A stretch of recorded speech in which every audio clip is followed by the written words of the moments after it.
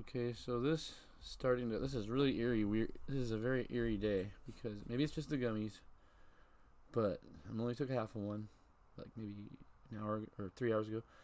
But this is starting to smell like 2008. I had a day just like this in 2008 where I was working really hard and I took a day off, just like a personal day off, not paid or anything. To just like that time, really got really stoned and just fucked off and walked around Portland.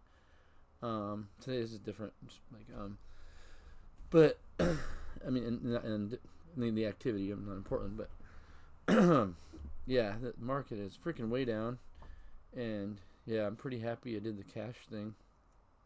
Um, Fuck, why not do that? Hold on a second. Why not show a portfolio idea? I'm gonna show a portfolio idea that went right through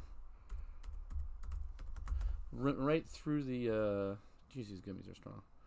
It went right through the 2008 crisis without any. I'm not saying to buy this, but it's just an interesting idea. Suppose you do like, okay, TLT, that's long bond, 25%, gold. These are all ETFs. They're not really the real thing, but they reflect the price in theory as long as the institution doesn't go under. SHY, that's cash. That's essentially cash. It's short term. What's the other? Oh, SPY, yeah, the stock market basically. The S&P 500, corporate America. You do 4 of these. Now I'm cherry picking this date, but still, it does show something, in my opinion. You got to go way back for this to work, though. See, and it's just about how 2008. It's really just more about like that crisis. If we're going through that crisis, let's see. I have to pick a date in 2006, which is really hard, cause you can't. It has to be a weekday. There. Okay. Same day, 2006. Run back test. Oh, 0.25. Alright, so it's 25 then. They don't want the percent signs. Oh, just integer then. Okay. They could have stripped those out. You see, I would have. If I worked at a place like that, I'd strip those out. But yeah, this is like, in the long run, it did okay. But it's if you pick this like in the middle here, this thing looks terrible.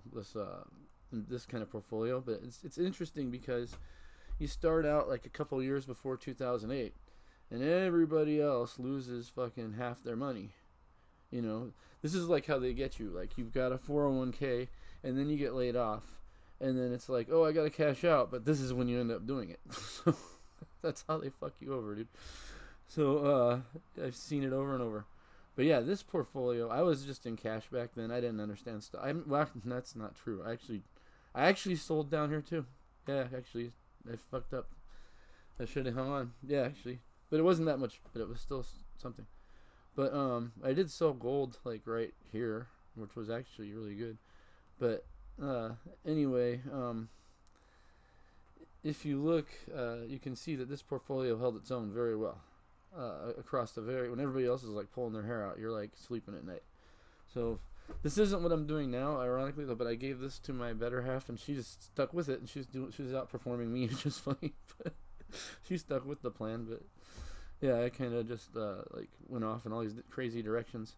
But yeah, I just learned to just stop. Just don't log in. Don't touch things. Just leave it. And yeah, I'm in a lot of cash, like instead of like stocks. I don't really like. I did that like 6 months ago because here's the thing. They have to prop up this fucking bullshit market with deficit spending. So, the Rona, it scares me the kind of shit these people come up with. Like, I would prefer some kind of public works program if they're going to really do that, so we get benefit of it, instead of like the Rona spending, which is totally counterproductive, and wars are even worse, really, because, they're pretty much the same thing.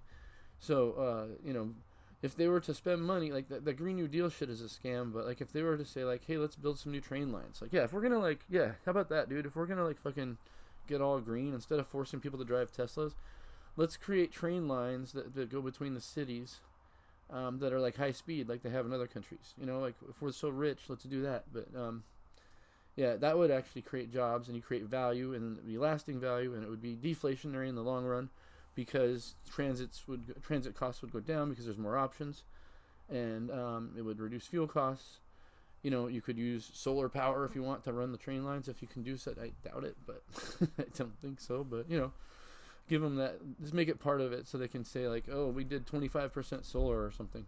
So they can say, oh, you could have like wind and solar powering shit through the desert. But yeah, these gummies are fucking good. But anyway, that's a cool little portfolio. It's basically 25% bonds, stocks, bond, gold, cash, and stocks.